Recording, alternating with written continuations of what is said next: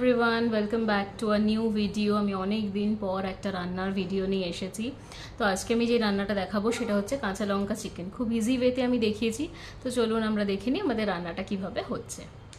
কাঁচা লঙ্কা চিকেন বানাতে প্রথমেই আমাদের লাগছে 500 গ্রাম মতন চিকেন। সেখানে আমি বড় চামচের 4 চামচ টক দই আর 1 চাকা লেবুর রস মিশিয়ে রেখেছি। এখানে আমার লাগছে 5টা কাঁচা লঙ্কা আর 7 কোয়া রসুন আর 2 ইঞ্চ মতন আদা বাটা। এখানে একটা বড় সাইজের পেঁয়াজ আমি কুচি করে নিয়েছি।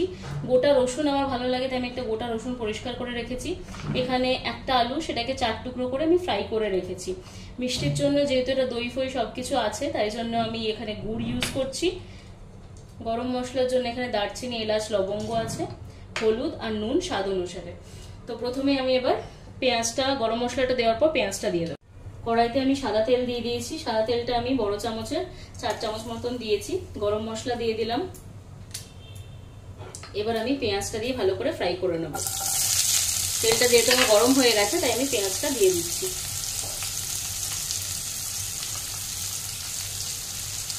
ভালো মতো ফ্রাই করে নিয়ে তারপর আমি পেস্টটা দেবো। পেঁয়াজটা আমার অল্প ফ্রাই হয়ে গেছে, এবার আমি স্বাদ অনুযায়ী নুন দিয়ে দিচ্ছি, হলুদ দিয়ে দিচ্ছি, মিষ্টিটাও আমি এখন দিয়ে দিচ্ছি। যেহেতু এটাতে দই আছে একটু মিষ্টির পরিমাণটা বেশি যাবে। ভালো করে মিশিয়ে নিয়ে এবার আমি কাঁচা লঙ্কার পেস্টটা দিয়ে দেবো।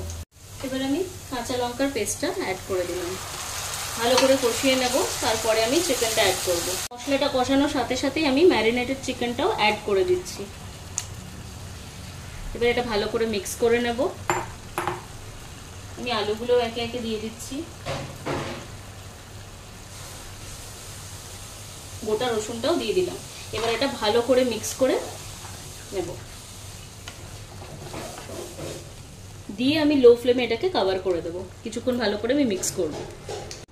তো এটা ভালো মতো ফুটে যাক। একবার ফুটে গেছে তাই জন্য আমি এবার ফ্লেমটাকে কমিয়ে এটাকে কভার করে দেবো। দিয়ে এটা যতক্ষণ সেদ্ধ হবে ততক্ষণ অবধি আমি এটাকে কভার করে রাখবো। তো এবার আমি রান্নাটা কতটা হয়েছে সেটা দেখে নেব। লিডটা দেওয়া ছিল কিছুক্ষণ লো ফ্লেমে। এবার এটা আমি সরিয়ে দেখে নেব সেদ্ধ হয়েছে কিনা চিকেনটা। এখন অলমোস্ট সেদ্ধ হয়ে গেছে। আলুগুলোও কাটা যাচ্ছে, চিকেন পিসেসগুলোকেও কাটা যাচ্ছে, আলুটাও সেদ্ধ হয়ে গেছে। তো এই অবস্থায় আপনারা যতটা গ্রেভি চান ততটাই রাখবেন। আমার এতটা গ্রেভি রিকোয়ারমেন্ট আছে তাই জন্য আমি এতটাই রাখবো, এর থেকে কমাবো না। এরপর ওপর থেকে খালি একটু কাসুরি মেথি আমি ছড়িয়ে দেবো, তাহলেই আমার রান্নাটা রেডি। আমি এবার কাসুরি মেথিটা ওপর থেকে দিয়ে দিচ্ছি। তো কাঁচা লঙ্কাটা আপনারা আপনাদের টেস্ট বাড অনুযায়ী দেবেন। যে যতটা স্পাইস টলারেট করতে পারেন ততটাই দেবেন। তো আমার রান্না একদম রেডি। চাইলে আপনারা একটু গরম মশলা দিয়ে দিতে পারেন। আমি প্রথমে যেহেতু গোটা গরম মশলা ফোড়নে দিয়েছি তাই আমি এখন আর গরম মশলা দেবো না। আপনারা দেখলেন আমি কিভাবে বানিয়েছি রান্নাটা। আপনারাও বাড়িতে এইভাবে ট্রাই করবেন।